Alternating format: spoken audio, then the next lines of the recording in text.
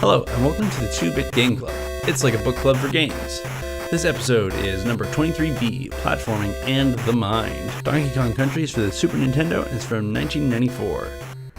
I'm your host, Liam Gallagher, the king of Kongs, swinger of high branches and vines. On its face, platforming is a pretty simple game mechanic. You start at point A, overcome obstacle B, to arrive safely at point C. There's lots of things that you can do to complicate point B, which in most games is a challenge of dexterity or mechanical knowledge. You might just make the gaps wider and the platforms skinnier so that the jumps require more precise controller inputs, as you might see in the later levels of Super Mario World, like at the end of Wendy's Castle in World 6. The other way that games typically increase the difficulty of platforming is by testing the player's knowledge of the game's mechanics. This is on display beautifully in the Mario Maker Kaizo community, which demand players make use of things like shell jumps, wall clips, and a whole bevy of other extended techniques. What if there was a Donkey Kong Country Maker? Send in your most unhinged speculations to patreon.com/2bitgameclub. Donkey Kong Country does test the player through dexterity and through mechanical knowledge, but it also makes platforming harder by messing with your mind.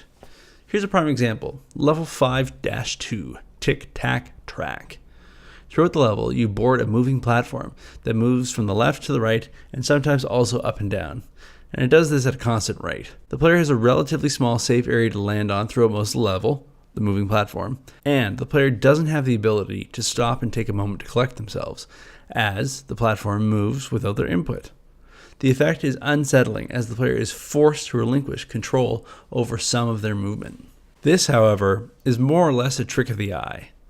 The platform moves slower than most players move voluntarily when playing through other levels of Donkey Kong Country. The platform offers a larger landing target than many of the jumps in nearby levels.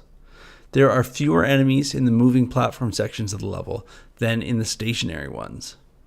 The difficulty here is derived from having to judge the position and motion of both the platform and the Kongs at the same time. As I said before though, this is just a trick of the eye. The actual platforming in Tic Tac Track would be easier than the very first levels of the game if it weren't for the moving platform.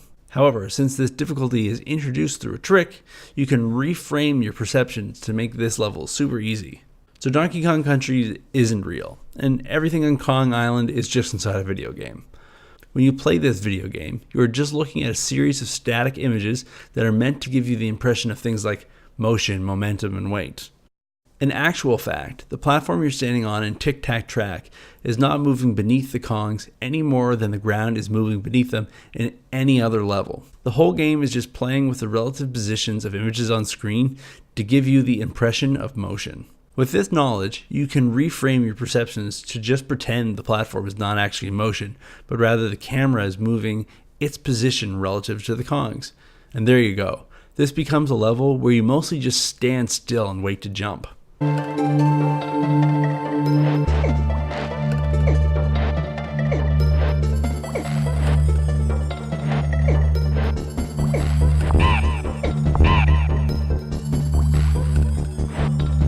You can try this easily at home with your own copy of the game.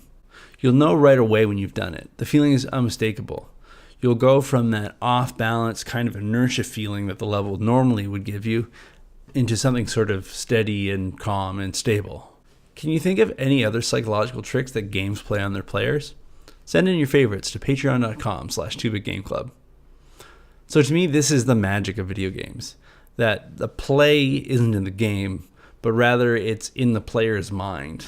Good designers and artists are able to create the feelings of speed and weight, the exhilaration of danger, and the sense of accomplishment of overcoming it, as well as the personal investment in a quest of redemption for bananas. With a few tricks up their sleeve, Rare is able to send us on a barrel-blasting journey over the heights of Donkey Kong Island, all with just a few flashing lights and sounds. Thanks so much for tuning into the 2-Bit Game Club. I've been your host, Liam Gallagher. Check back in soon, and we're going to be talking about the music of Donkey Kong Country.